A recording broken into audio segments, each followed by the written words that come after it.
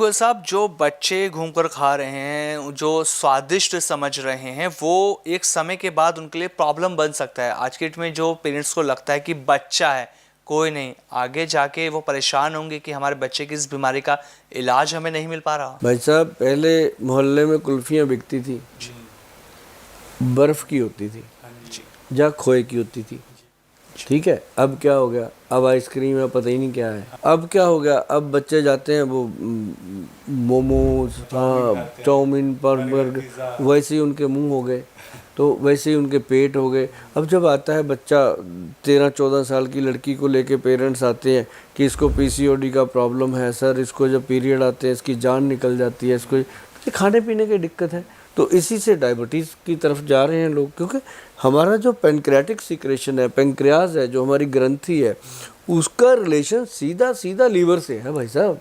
अच्छा गोयल साहब, liver, diabetes और पैंक्रियाज की अगर मैं बात करूं, क्या आपस में इनका कनेक्शन है? हाँ, लोग कहते हैं मुझे शुगर होगी, मैं कहता हूँ पहले तेरा लीवर खराब था, तब कुछ सालों के बाद जाके शुगर ने दस्तक दिया, क्योंकि हमने पहले लीवर को डिस्टर्ब किया, फिर डायबिटीज़ हुआ, डायबिटीज़ के बाद फिर थायराइड हुआ, थायराइड के बाद बीपी हुआ, बीपी के साथ ही कोलेस्ट्रॉल बढ़ा, ट्राइग्लिसराइड बढ़ा, पूरी लाइन लग जाती है, फिर हार्ट आ गया।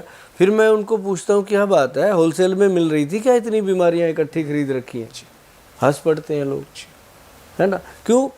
ना तो अब वॉक है, वॉक जो है वो सारी मोबाइल खा गया। बिस्तर पे बैठ के एक बार रील शुरू हो गई, चल कल चलेंगे सैर करने, आज तो हो गया सारा काम। इसमें बहुत पंगा हो गया। तो फिर खाने पीने में देखो, हफ्ते में 1 या 2 बार तो इंसान बाहर का ही खा रहा है, किसी भी रूप में खाए, घर का खाना ख़राब हो गया।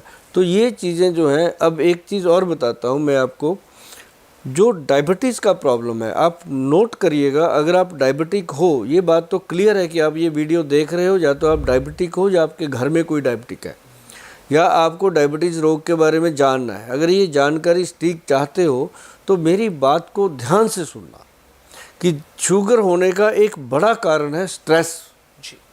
स्ट्रेस जो है वो ये नहीं होता कि गोयल साहब को भी होगा स्ट्रेस तो आपको भी होगा स्ट्रेस, उसको स्ट्रेस होता है कि हम एक बात को लेके छोड़ते ही नहीं, वो दिमाग में ही अटक गई, और फिर क्या होता है कि हम सोचने लगते हैं। क्या होता है, एक एग्जांपल देके बताता हूँ कि आसमान में सबसे पहले क्या होता है, बादल, फिर बादल करते हैं गड़गड़ गड़गड़ गड़गड़ गड़गड़ करते हैं ना, गड़गड़ाहट होती है बादलों की।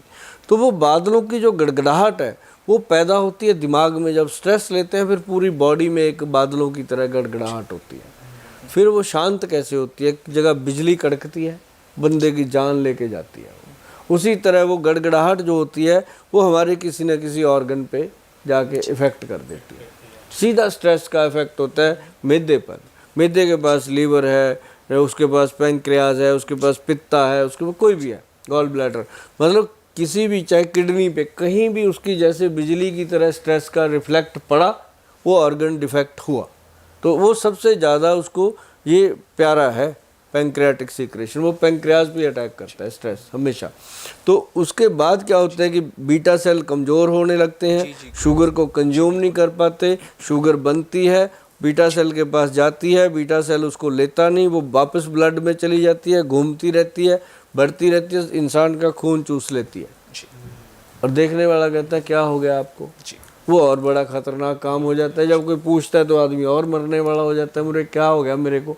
फिर वो फूड छोड़ देता है, रोटी छोड़ देता है, ये छोड़ देता है कि शुगर बढ़ जाएगी, ये उसको अज्ञानता और ले डूबती है। जबकि खाना पीना स्टाइल से लेना चाहिए। तो ये शुगर का मुख्य कारण है, स्ट्रेस और ये अपना लाइफस्टाइल।